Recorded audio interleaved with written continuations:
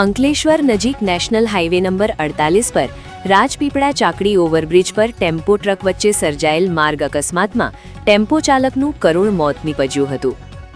અંકલેશ્વર નજીક national highway 48 પર સુરતથી ભરૂચ જવાના માર્ગ પર રાજપીપળા ચોકડી ઓવરબ્રિજ પર ગમખ્વાર અકસ્માત સર્જાયો હતો.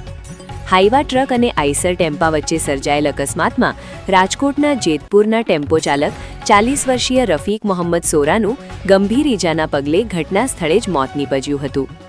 અકસ્માત એટલો ગંભીર હતો કે આઈસર ટેમ્પાના કેબિનનો ખુરડો બોલી ગયો હતો. ઘટનાની જાણ થતાં અંકલેશ્વર શહેર બી ડિવિઝન પોલીસ તાત્કાલિક ઘટના સ્થળે પહોંચી હતી.